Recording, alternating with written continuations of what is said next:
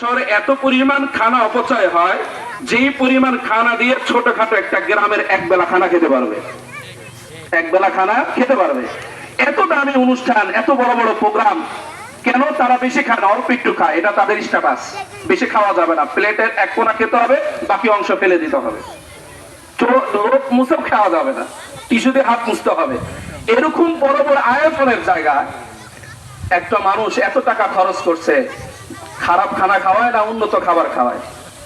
এখানে কিন্তু একটা বোঝার বিষয়, দামি খাবার খাওয়ায় না অদামি খাবার খাওয়ায়? দামি খাবার খাওয়ায় না, দামি খাবার খাওয়ায়।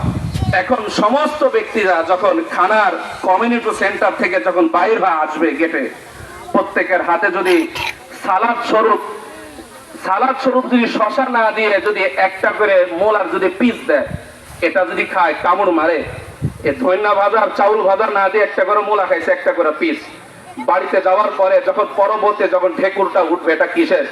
এই 8 লক্ষ 10 লক্ষ খানার টাকার এই যে খাবারের এই ঠেকুর, না 3 টাকা গেছে মোলার পিসের? এই কথা বলেন না, কিসের হবে এটা? মোলার পিসের। ঠিক অনুরূপ ভাবে কোন মুসলমান ব্যক্তি তার সন্তানকে প্রাথমিক শিক্ষাটা যদি কোরআন শিখাইতো, এরপরে সন্তানকে ডাক্তার বানান, ইঞ্জিনিয়ার বানান, প্রফেসর বানান,